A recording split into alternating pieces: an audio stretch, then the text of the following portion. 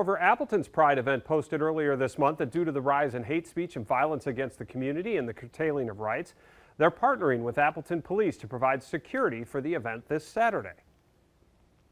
And we are joined by Reiko Ramos, the Anti-Violence Program Director for Diverse and Resilient in Appleton. Thanks for joining us.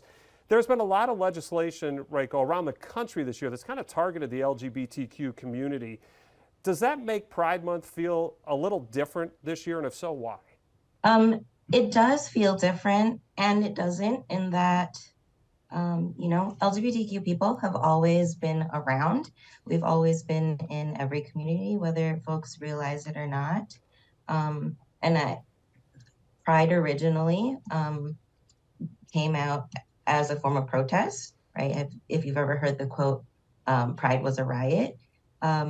And so Pride has always been a response to violence and harm against the LGBTQ communities.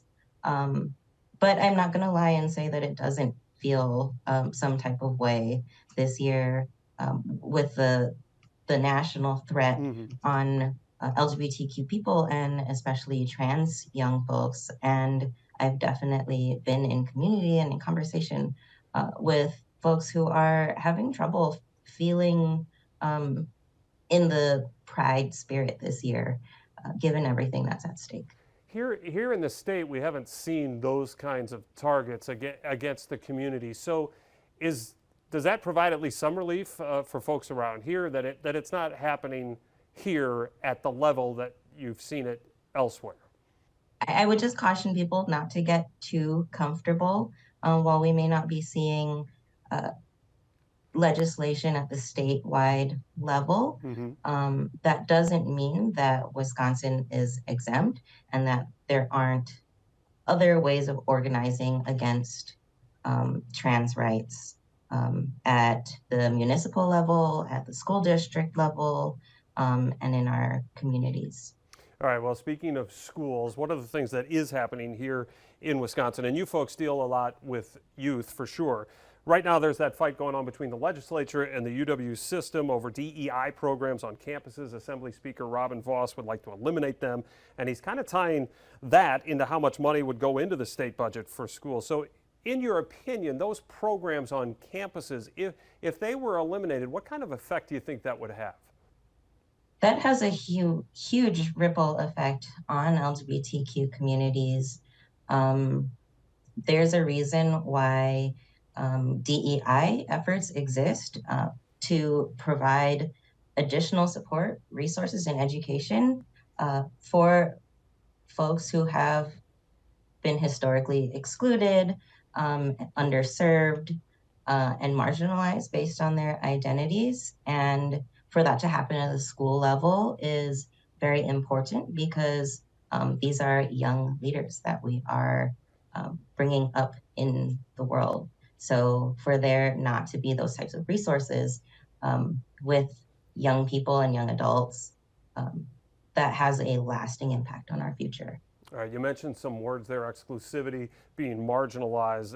It's no surprise mental health issues in this community are high. According to a lot of studies, there was one just released on Friday from the Substance Abuse and Mental Health Services Administration.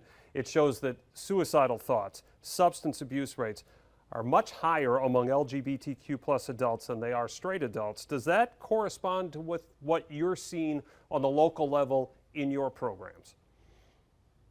Absolutely. We know that mental health outcomes are deeply tied to belonging, safety, support, and what access to resources people have beyond, supportive community, supportive family. Also things like a legal name change and access to mental health services and stable work and housing. And all of those have an immense impact on the mental health of LGBTQ people. All right, we were talking about some of the resources available. One of your programs there is called Room to Be Safe. Can you explain how that works, who it works for, and is it having the impact that you hoped for?